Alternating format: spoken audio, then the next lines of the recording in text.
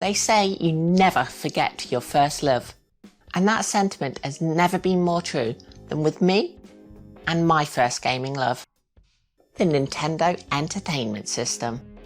The NES, or NES as we like to call it over here in good old jam scones and cup of tea land, was my introduction to gaming. I don't actually remember a time before this console came into my life. In fact, I think my family may have even had one before I was born. So as soon as I was old enough to hold those oblong controllers of joy in my teeny tiny toddler hands, I was hooked on gaming. Yeah, it may have been a generation or two behind at that point, but I didn't care, or even know about other consoles at that point, to be honest. I was too busy having an absolute blast shooting little 8-bit ducks out of the sky with their NES zapper right up against the screen. The perfect way to play Duck Hunt. My family didn't have a huge NES game library or anything. In fact, we only had a handful of cartridges, but they did include some pretty big names for the system. We had the pack-in Super Mario Bros. And Duck Hunt cart. We had Teenage Mutant Ninja Turtles, or Teenage Mutant Hero Turtles as we like to call it over here in Jam Scones and Cup of Tea Land, and McDonald Land. Yeah, that's right, a McDonald's video game. And that wasn't the only one either, there was a bunch of them. Don't you remember the times when Mackie D's used to be a happy, fun and colourful place that marketed itself with a terrifying clown, Big Bird's illegitimate daughter, and a big purple butt plug man. Whoops, looks like I'm starting to get a little bit off topic there. Anyway, back to the NES games. So those games I mentioned are all, in my opinion at least, great games. And it won't be too difficult to find someone who agrees with me on that. After all, they are all games you hear NES fans talk about fairly often. Admittedly, the McDonald's one doesn't get mentioned as much as the others, but you do still hear people talk about it. But my family had one other game. One that you don't hear people talk about much at all. If at all. A game that, come to think of it, I'm not sure I've ever heard anyone outside of my own family ever even mention it. And that game is Galaxy 5000. So, does this game deserve more love? Or should it be left in the pits of obscurity forever? Let's find out.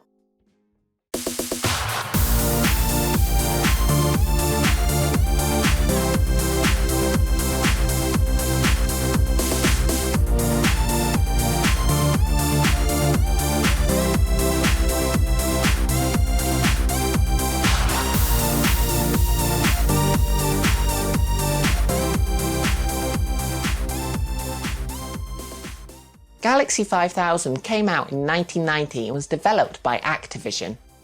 You know, back when Activision were a beloved game developer before they became, well, you know, Activision.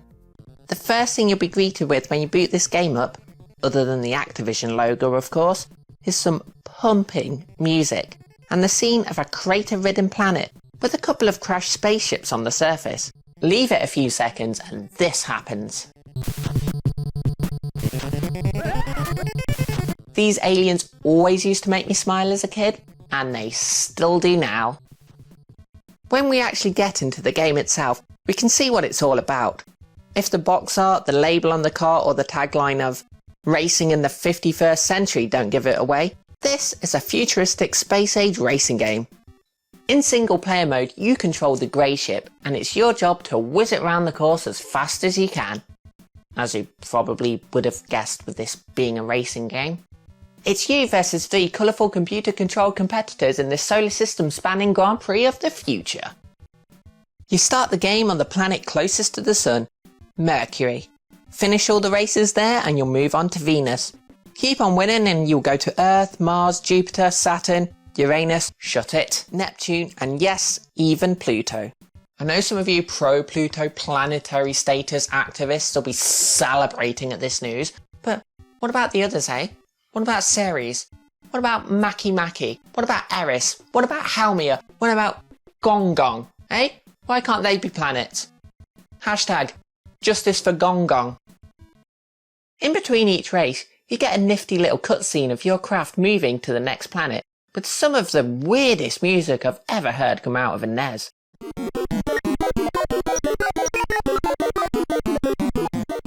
Sounds like a computer from a 1960s sci-fi show, banging a fax machine.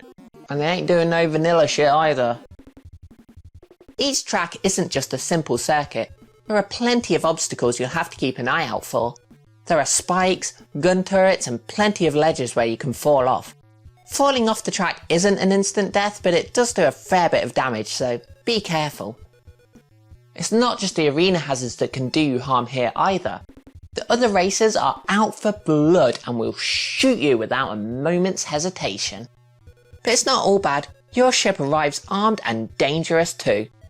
You can shoot forwards and backwards, so make sure to blast the enemies with all you've got whenever you have the chance. If you destroy one, then you'll get a hefty cash reward at the end of the race. High-tech hovering crafts zipping around a racetrack shooting each other? It's kind of like an 8-bit version of Wipeout. Just make sure you finish the race. Yeah, you get more money the higher you place, but you still get to progress even if you come last. As long as you make it to the end of the race without getting totally destroyed, you're fine. There is a timer for each level, but that isn't really a problem until towards the end of the game. Throughout most of the game, you'll have bags of time to spare. But if you do run out, then the course will disintegrate and you will be lost in the cold vacuum of space. There are 4 races for each planet. The track will be the same shape for the 4 races, but the placement of items, obstacles, jump pads and booster pads will change. You don't have to play by the rules and follow the tracks exactly. Feel free to use your ship's jump ability to cut corners here and there to gain the lead. The track designs are all fairly simple in shape, but offer differing levels of elevation and even branching paths to mix things up a bit. If you're lucky, you may even discover a secret area with a bunch of power-ups just sitting there waiting for you. In between each race, you'll get a chance to spend some of your winnings. You don't have much choice on what to spend it on. You get to either repair your ship or buy a better one. For the repairs, you get this really cool screen where you get to see your ship all battered and bashed up, and you get to see all these little things get fixed as you repair it. This is really a nice touch, a level of detail you don't often see with NES games. You don't have to repair your ship all the way or even at all if you don't want to, as you might be trying to save your pennies to buy a shiny new ship. But be warned, your chances of survival will be far slimmer with a smashed up ship. Just be thankful this isn't a modern Activision game. If it was, they'd ask you for real money to fix your ship. Once you have enough cash, you'll be able to upgrade to the latest model. Unfortunately, this is mandatory.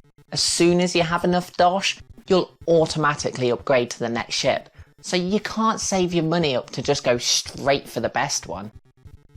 There are 5 different ships, or Turbocrafts as they are called in the manual, so let's call them that from now on, for you to get your grubby little hands on. The first is the Tomahawk, which looks like the core parts of the big robots in Armoured Core. This space Cadillac looking thing is the Crusher, the second Turbocraft. After that you get the Phantom, a ball in a cape looking thing. The Scorpion is up next, which, well, you can probably see how that got its name. And lastly, we have the Stiletto. No, it's not a big high-heeled shoe, it's a retro futuristic rocket ship, so it reminds me a lot of the ship from Futurama. Each new Turbocraft is a bit faster, tougher and stronger than the last. These crafts also act as your lives. If your craft gets destroyed, then you immediately continue as the previous one. But if they all get blown to pieces, then that's it. You are done. Well, you do get some continues, but spaffle them away, and then you are done. Done! Each Turbocraft has a normal weapon and a special weapon, To get the special weapon, you have to grab one of these blue star looking thingies. Once you have one, you'll keep the special weapon for that ship for the rest of the game. Unless your ship gets blown up, that is. You can change between the two weapons on the fly with the start button, which is a bit strange. Stranger still is the fact that the select button pauses the game. This game really does fly in the face of conformity. One for the anarchists, this. You can also grab a red star thingy which repairs a bit of damage, and a green one which gives you a nice chunk of money. If you kick enough arse and beat all the races on Pluto, then this lovely chap pops up. First he sounds like he's being sick, but then he'll congratulate you on a job well done and invite you to the final race on... Please be Gong Gong, please be Gong Gong, please be Gong Gong, please be Gong Gong. Planet X. Planet X, that could be Gong Gong, right? Hashtag Gong Gong but not forgotten. This one is super tough, and you go round in the opposite direction to all the other races, but you only need to do one race here, not 4 like all the others. Difficulty wise, this game really isn't too bad, especially considering it's a NES game, which are often more difficult than cutting your own hair. Whilst drunk, and blindfolded, and dead. This game packs a decent challenge, but it's forgiving enough for you to still enjoy it and make some progress whilst you get good enough to beat it. If you do struggle to make it far in this, however, don't worry, because Dr. Dave's cheat menu is here to save the day. Control wise, things are a little strange. There are 2 control schemes, alpha and beta. And the alpha scheme just feels wrong. Just doesn't make sense with me for this kind of game. The D-pad makes the ship move in the direction that you push it in, which, yeah, on paper that sounds sensible, it sounds intuitive, but in practice it just doesn't work, and I just struggle to make my ship go in the right direction at all. The beta control scheme is far more intuitive. It's kind of tank controlsy, but it does work far better for this kind of game. Although it does feel weird having to press up to get going at the start, even though you always start facing sideways. Luckily you don't have to keep up held down to keep going. In issue 7 of Total magazine, the reviewer really seemed to hate how this game controls, saying, "This game's main drawback is the awkwardness of the controls. Unless you've got thumb muscles like Arnie's biceps, steering the ship with the joypad becomes a real chore." From this, I suspect that the reviewer only played it on the alpha controls, and that 52% seems incredibly harsh. If you get a friend over, you can have a good time playing the 2-player mode. Unfortunately, you can only have multiplayer fun on Mercury. The goal of the 2-player mode is to make more cash than your opponent by the end of the 4 mercurial races. There's no split screen here.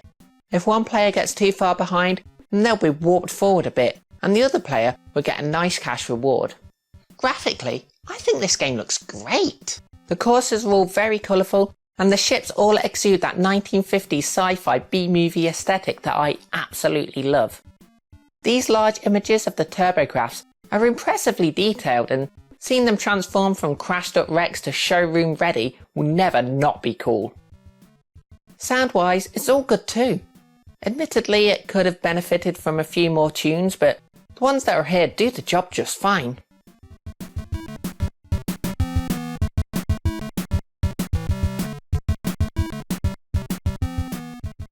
This game has voice samples too, not something particularly common in the NES era, and the ones here are really clear.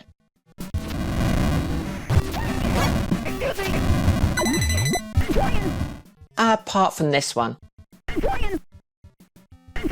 The one that you hear when you use the jump pad, I have no idea what it's saying. Sounds like it's saying conjoined, but I have no idea why the driver would be exclaiming conjoined every time they do a bounce. Unless they're thinking about a crossword puzzle they were doing before the race. 4 down, 9 letters, starts with a C. 2 or more things are stuck together. 2 or more things are stuck together. Aha! I do have a few negatives I'd like to bring up.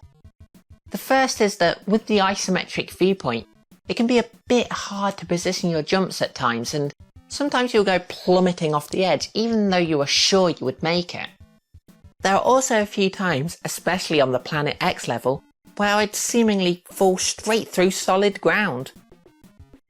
My third gripe is that sometimes when I would fire my weapon backwards, it would cause my Turbocraft to slow down or even stop dead. In summary, I think this is a brilliant little gem of a game, and one that certainly needs more love in the retro gaming scene. There are a few issues with this game here and there, but that can be said for even the very best of games. It's a pretty unique game for the system, and looks great and sounds good to boot. It even controls well, as long as you use the beta control method that is. So I'm going to give this one a whopping 8 out of 10. A hidden gem on the NES that I wholeheartedly recommend. So thank you so much for watching this video. Please remember to share, comment, like, subscribe and all that lot if you did. And why not tap that bell icon to be notified whenever I upload a video. I'd like to give a humongous mega awesome power thank you to my amazing Patreon supporters, including Adam Phillips, Christopher Turnbull, Daniel, Eddie, Jeffrey Easton, House of the Ted, Magnus Werzane, Stuart Christopher Brownlee and Wolfie Wolves. So thank you all so much, you guys are awesome! If you like this and you want to see another NES-like video, then why not check out my review of Altered Beast on the Famicom. And until next time, bye!